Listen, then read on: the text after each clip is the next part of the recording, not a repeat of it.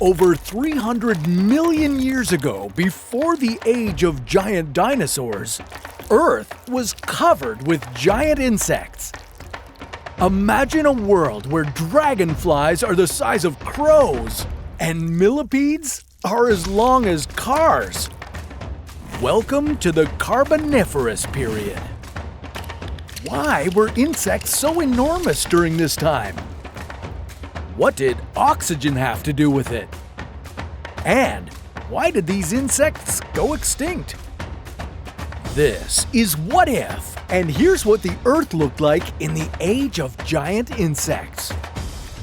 The Carboniferous period was one of the most transformational periods in the history of Earth.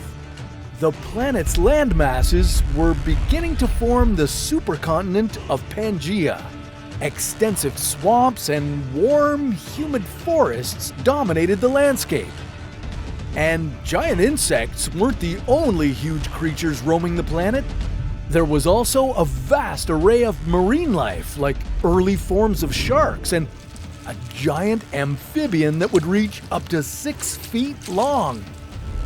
Now, enough talking. Let's travel back in time, 300 million years ago, and dive into the Carboniferous age. Now, the first thing you'd probably notice would be the giant insect-like creatures. One of the most iconic was the Meganeura. This insect resembled a modern-day dragonfly, except with a major twist. It had a wingspan of up to 75 centimeters. Yeah, scarier than that though, it was carnivorous, hunting down other insects and small amphibians. Hopefully it doesn't come for you. So that thing is in the sky, but on land, you'll have the Arthropleura. This millipede-like creature could grow up to 2.5 meters long. Luckily, it wouldn't go after you. It preferred munching on decomposing vegetation. Another creepy-looking insect was the Pulmonoscorpius. This was a giant scorpion that mostly roamed the swampier areas of Earth. They could grow 70 centimeters long. There were also giant cockroaches that grew to 10 centimeters and mayflies with 45-centimeter wingspans. So it's safe to say that you'd have a lot to watch out for when you're wandering around in this period, but the question is, how did these insects get so big anyway? Well, you may have noticed as you've been hanging around in the Carboniferous age, you feel a lot more energetic and alert. Maybe you've had an easier time running around. This has to do with the oxygen levels in your current world. Research has estimated that the atmospheric oxygen levels were as high as 35% during this period. Compare that to the 21% we breathe today. Oxygen was one of the key factors in the gigantism found in insects at the time. But why would this make them so giant? Insects breathe differently from other creatures. Insects don't have a circulatory system to transport oxygen.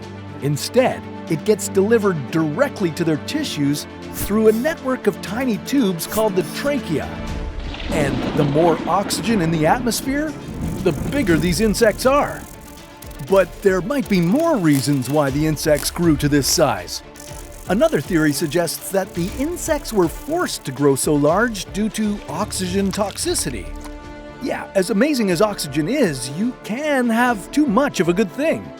Too much oxygen in your body can create what's known as free radicals. These are unstable molecules that can damage your cells and even damage your DNA. In the case of our insects, they were forced to grow this big. Otherwise, they'd suffer oxygen toxicity. Growing larger would slow down the rate of oxygen absorption, making it harder to suffer from too much oxygen. And the same could happen to you. The longer you hang out in this period, the higher oxygen levels will cause you to experience nausea, respiratory issues, and even some effects on your nervous system. Now, insects were arguably the stars of this age, but they weren't the only things to experience massive change during the Carboniferous period.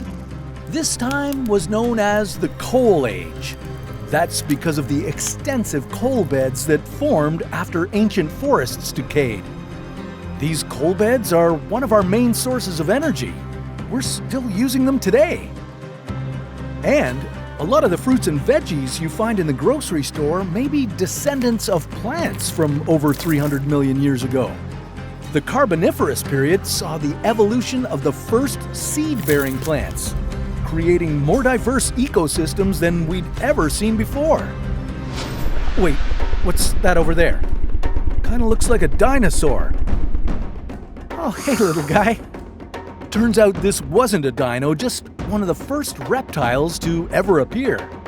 But if you stick around a couple of million more years, we'll enter the Mesozoic era, which was known as the Age of Dinosaurs. Speaking of change, the atmosphere was another part of Earth that evolved during this period. Earth had a lush, greenhouse-like climate when you first arrived, warm and humid temperatures to support the swampy forests we've been mucking about. But as the period progressed over millions of years, the climate transitioned to what's known as an icehouse Earth state.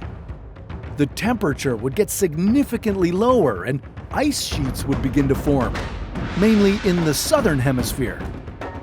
But why did this happen?